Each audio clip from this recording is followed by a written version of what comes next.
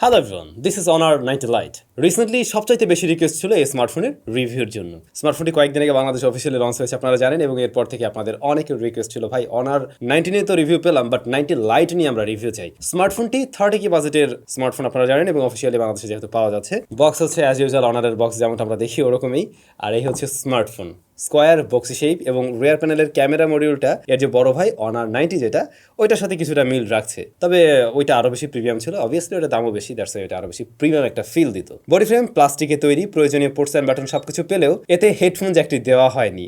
এরকম প্রাইস পয়েন্টের স্মার্টফোনে আমরা আসলে এই বিষয়টা মিস করছি খুব বেশি। আইআর ব্লাস্টার সেন্সর আছে, ওটা দিয়ে পোষানোর ট্রাই করছে অন্যভাবে। সেকেন্ডারি নয়েজ ক্যান্সেলেশন মাইকও আছে এতে, ভালো দিক এটাই। এটাতে সাইড মাউন্টেন ফিঙ্গারপ্রিন্ট স্ক্যানার, যা মোটামুটি ফাস্ট এবং অ্যাকুরেটই। কিন্তু রিয়ার প্যানেলটা দেখে না গ্লাস মনে হবে যে কারোর কাছে, এটা ফ্রস্টেড একদমই, বাট এটা আসলে গ্লাস না, এটা প্লাস্টিক। ফিঙ্গারপ্রিন্ট হালকা পাতলা বসে, খুব একটাও বোঝা যায় না। তবে এই স্মার্টফোনটার যে বিষয়টা আপনার চোখে বাঁধবেই, মানে হাতে নিয়ে জাস্ট অন করলে অবাক হয়ে তাকিয়ে থাকবেন এর ডিসপ্লে সেকশনের দিকে, কারণ এইটার সামনে থেকে মানে ডিসপ্লেটার লুক এত জোস। এইটার বেজেল আর কি মাত্র 1.1 মিলিমিটার উপরের সাইড এবং দুই পাশের সাইড, বাট লোয়ার চিন হ্যাঁ ওইটা অবশ্যই মোটা, অন্যান্য সাইডের তুলনায় অনেকটাই মোটা, কিন্তু জাস্ট উপরে এবং দুপাশে তাকিয়ে দেখুন একদম সুপার স্লিম।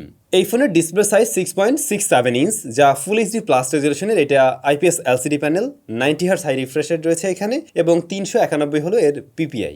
এইটার পিক ব্রাইটনেস আসলে কত নিটস এই ব্যাপারটা আমি ক্লিয়ার না, বাট এইটা আউটডোরে দেখা যায় মোটামুটি ভালোই ভিজিবল, বাট একদম ডিরেক্ট সানলাইটে যখন সরাসরি সানলাইট পড়ছে কিছুটা স্ট্রাগল করে, কিন্তু মোটামুটি চালানোর উপযোগী আর কি। ডিসপ্লেতে কোনো ধরনের প্রোটেকশন আছে কিনা এই ব্যাপারটাও কিন্তু আমরা জানতে পারিনি কোনো জায়গা থেকেই। একটা প্রোটেক্টর বা ওই জাতীয় কিছু ব্যবহার করলে ভালো হবে, গ্লাস হোক বা প্লাস্টিক হোক। আইপিএস ডিসপ্লে হওয়া সত্ত্বেও এটার কালার রিপ্রেজেন্টেশন বেশ ভালো, বেশ ভিভি টাইপের কালার দেয়।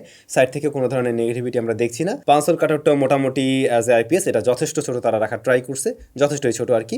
আর পাশ থেকে তেমন কোনো ধরনের শ্যাডো ট্যাডো লক্ষ্য করছি না। এই ডিসপ্লেটা অ্যাজ এ আইপিএস ডিসপ্লে যথেষ্ট ভালো মানের একটা ডিসপ্লে। তবে হ্যাঁ, আমরা যখন কিনা 25,000 প্লাস বা 30,000 প্লাস দিয়ে কোনো স্মার্টফোন কিনতে যাই, তখন আমরা আসলে অ্যামোলেড সুপার অ্যামোলেড খুঁজে থাকি। আবার এই অ্যামোলেড সুপার অ্যামোলেড নিয়েও আমাদের একটু ভয় পেতে হয়, কারণ ইদানিং সবাই আমরা গ্রিন লাইনের মালিকও হচ্ছি। সেই জায়গায় এটুকু সিকিউরিটি যে আপনি গ্রিন লাইনের মালিক হচ্ছেন না, আবার অন্যদিকে অ্যামোলেডের মজাটাও আপনি মিস করছেন। 90 হার্টজ চেক করে দেখছিলাম, ওইটা ঠিকঠাকভাবে পুশ করতে পারে এই ডিভাইসটি। আর ওভারঅল এর ইউআইও যথেষ্ট স্মুথ, টাচ রেসপন্সও ভালো, সবকিছু মিলে ভালোই লেগেছে আর কি। ডিসপ্লেটা নিয়ে আসলে আমি কমপ্লেন করার মতো তেমন কিছু দেখছি না, যদি কিনা আইপিএস ডিসপ্লে হিসেবে চিন্তা করি, বাট অ্যামোলেডের মজা ডেফিনেটলি মিস করছি। এখন এইটা আসলে ইউজার টু ইউজার ভেরি করবে, আসলে কিছু বলার নেই।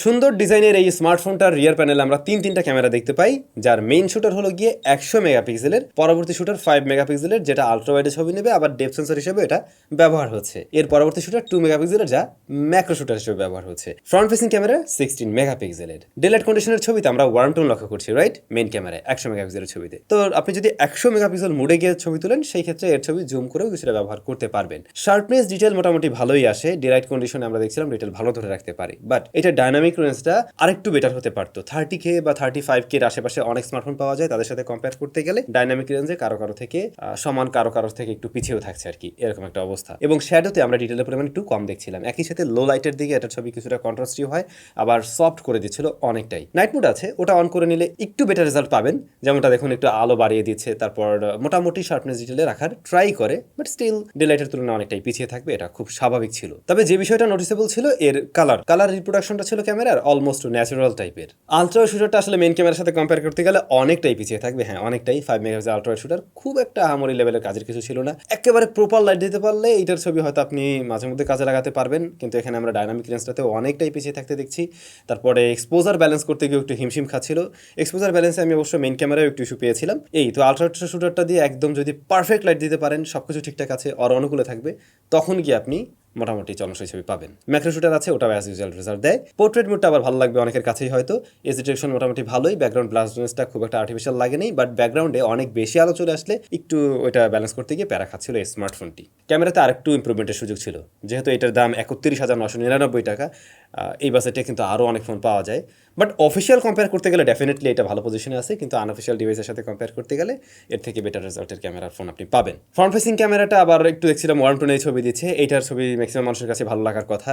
এটাতে শার্পনেস ডিটেলও ভালো দেখি আমরা, একটু প্রপার লাইটিং কন্ডিশনে বা আউটডোর লাইটিং কন্ডিশনে, ইনডোরের দিকে একটু সফট করে, বাট এটা নিয়ে আমি সন্তুষ্ট আছি। এর মেইন ক্যামেরায় ভিডিও রেকর্ড করা যায় সর্বোচ্চ 1080p 30 fps এ। স্টেবিলিটির অভাব বোধ করছি খুব, এটার ভিডিও মোটেই স্টেবল না, আর স্টেবল হাতে শ্যুট করতে পারলে হয়তো কাজে লাগাতে পারবেন, আদারওয়াইজ এটার ভিডিও কোয়ালিটি ততটা ভালো লাগবে না। তো এই ছিল মোটামুটি ক্যামেরা পারফরমেন্স সেকশনে কি অবস্থা। স্মার্টফোনটি রান করছে magic Y 7.1 based on Android 13। Processor হিসেবে রয়েছে মিডিয়াটেক ডাইমেনসিটি 6020, আর এটা পাওয়া যাবে বাংলাদেশ মার্কেটে একটি ভ্যারিয়েন্টেই 8/256 GB। স্টোরেজটা ঠিক আছে এর প্রাইস পয়েন্ট অনুযায়ী। আবার দেখছিলাম ভার্চুয়াল র্যামটামও ব্যবহার করা যায়, যা খুব একটা প্রয়োজন হবে না এই প্রসেসর প্লাস 8 GB র্যাম, এরপরে আর ওটা দরকার নেই। ম্যাজিক ইউআই এমনিতে বেশ অপটিমাইজড এবং প্রয়োজনীয় সমস্ত ফিচারগুলো এতে আছে, এবং এটার থেকে আমরা স্মুথ একটা রেজাল্ট পেয়েছি। রেগুলার ব্যবহারে তেমন কোনো নোটিসেবল প্রবলেম আপনি ফেস করবেন না। App open close time decent আছে, খুব সুপার লেভেলের ফাস্ট একদম যে ওই হাই মিড রেঞ্জ বাজেটের মতো ওরকম না, বাট এই প্রাইস পয়েন্ট অনুযায়ী ঠিকঠাক একটা রেজাল্ট দিতে পারছে। মাল্টিটাস্কিং এ দেখছিলাম না ফোনটা খুব একটা গরম হয়, পারফরমেন্স ড্রপ করে, এই ধরনের প্রবলেম ফেস করিনি কখনো। ফ্রিজ হয়ে যেতে বা ল্যাগ হিসাবে দেখাও আমরা পাইনি। তবে গেমিং এর জন্য খুব আহামরি ডিল না। এটাতে আপনি পাবজির ক্ষেত্রে দেখবেন এইচডি হাই ফ্রেম রেট সর্বোচ্চ সাপোর্ট করে, বাট আপনি স্মুথ নিয়ে আলট্রাতে প্লে করতে পারবেন বা ব্যালেন্সেও আলট্রাতে প্লে করা যায়, এবং সত্যি বলতে ওরকম সেটিংসেই এটার থেকে বেস্ট আপলোডটা পাবেন। মোটামুটি আপনি ক্যাজুয়ালি গেমিং করতে পারবেন এই ডিভাইস থেকে পাবজির ক্ষেত্রে। আর ফ্রি ফায়ারে আর একটু বেটার রেজাল্ট ছিল আর কি। পাবজিতে মাঝে মধ্যে একটু ফ্রেম রেটটা ওঠানামা করতে দেখলেও ফ্রি ফায়ারে কিন্তু এই প্রবলেমটা ফেস করিনি। মোটামুটি আধা ঘন্টা গেম প্লেতে ভালো একটা রেজাল্ট দিচ্ছিল আর কি। তো আমি যেমনটা বললাম যে এইটার পারফরমেন্স আসলে ডিসেন্ট পারফরমেন্স পাবেন। আপনি যদি হেভি গেমার টেমার না হন তাহলে এরকম প্রাইস পয়েন্ট থেকে নিয়ে সন্তুষ্ট থাকবেন। আর রেগুলার কাজবাজ যারা করবেন তাদেরও আশা করছি কোনো ধরনের প্রবলেম ফেস করতে হচ্ছে না। স্মার্টফোনটিতে ব্যাটারিটা না খুব বেশি বড়সড় না, এর মাঝে ব্যাটারি রয়েছে 4500 mAh এর, এবং বক্সে আপনি পাবেন 22.5 ওয়াটের চার্জিং সিস্টেম। তবে এইটার ইউরোপিয়ান আর একটা ভ্যারিয়েন্ট হয়, ওইটাতে আবার চার্জারটা বড়, ওইটার চার্জারটা ছিল 35 ওয়াটের। তো সব জায়গায় 35 ওয়াট দিয়ে দিলে আরও সুবিধা হইতো। এখন 4500 mAh এর জন্য 22 ওয়াট 22.5 ওয়াট মোটামুটি ওকে স্ট্যান্ডার্ড জায়গায় আছে, বাট ব্যাটারি ব্যাকআপের কী অবস্থা এটাই জানার বিষয়। এটাতে আমরা 90 হার্টজ দেখছি, এটার যে প্রসেসরটা 7nm এর। তো মোটামুটি আসলে দিন শেষে একবার চার্জ করতে আপনাকে হবে, আপনি যদি একটু রেগুলার ইউজার হয়ে থাকেন, হেভি ইউজার হয়ে থাকলেও দিন শেষে একবার চার্জ করতে হবে, কিন্তু এই না যে আপনার দিনের মাঝে দুবার চার্জ করা লাগছে, এরকমটা না। ফোনটা খুবই স্লিম, 7.5mm, এটার ওজন হচ্ছে গিয়ে 179 গ্রাম। বেশ লাইট ওয়েটের ফোন, বেশ stylish, good looking smartphone. Speaker কোয়ালিটিও ভালো দেখছি, এটা লাউডনেস মোটামুটি ভালোই। তবে স্টেরিওর মজা অবশ্যই মিস করছি, সিঙ্গেল স্পিকার, বটম ফায়ারিং, আর এর যে ইয়ারপিসের সাউন্ড এটার কোয়ালিটিও ঠিকঠাক আছে। প্রয়োজনীয় সেন্সরসগুলো আছে, প্লাস আমি বলছিলাম আইআর ব্লাস্টার সেন্সর রয়েছে, রিমোটের কাজ করা যাবে আর কি। তো এই ছিল অনার 90 লাইট। দাম কত? 31,999 টাকা। অফিসিয়াল ডিভাইস, অফিসিয়াল ওয়ারেন্টি আছে। আচ্ছা, বাট যে সমস্ত জায়গায় ইমপ্রুভমেন্টের দরকার ছিল, যেমন ধরুন এইটাতে অ্যামোলেড থাকলে আসলে ম্যাক্সিমাম মানুষ এরকম জায়গায় অ্যামোলেড চায়, বাট অ্যামোলেডে যদিও আমরা জানি ওই প্যারাটা আছে গ্রিন লাইনের, তারপরেও আমরা অ্যামোলেড হয়তো আশা করি। দেন এই স্মার্টফোনটার আলট্রাওয়াইড শুটারটা আরেকটু বেটার হওয়া উচিত ছিল। দেন এই স্মার্টফোনটাতে 120 হার্টজ থাকতে পারতো, আইপিএস যেহেতু দিয়েছে এখানে 90 হার্টজের বদলে 120 হার্টজ দিলে ওই অ্যামোলেডের ব্যাপারটা আর কি আসতো না। আর 3.5mm হেডফোন জ্যাকটা এরকম পাতলা ফোনে দেয় না যে তা না, ওরা চাইলে হয়তো একটু কষ্ট করে দিতে পারতো আর কি। তো আপনাদের কাছে এই ডিলটা কেমন মনে হয়েছে অবশ্যই কিন্তু কমেন্ট করে জানাতে পারেন, এবং এটা তারাই চয়েস করতে পারেন আমার মনে হয় যারা কিনা একটা সুন্দর লুকসের স্মার্টফোন চান, ভালো একটা ইউআই চান, এবং যাদের মোটামুটি একটা স্ট্যান্ডার্ড পারফরমেন্স হলেই চলে যায়। অর্থাৎ আপনি হেভি পারফরমেন্স আশা করেন না, আপনার আলট্রাওয়াইড শুটারটাও অনেক আহামরি দরকার নেই, বাট মেইন ক্যামেরা এবং রেগুলার পারফরমেন্স নিয়ে আপনি সন্তুষ্ট থাকবেন, তাহলে অনারের এই ফোনটাও দেখতে পারেন। এরকম প্রাইস পয়েন্টে আরও বেশ স্মার্টফোন আছে, উনিও নতুন খেলোয়াড় আর কি। সবাই ভালো থাকবেন, অনেক বেশি ভালো। দেখা হচ্ছে তাহলে নতুন ভিডিওতে।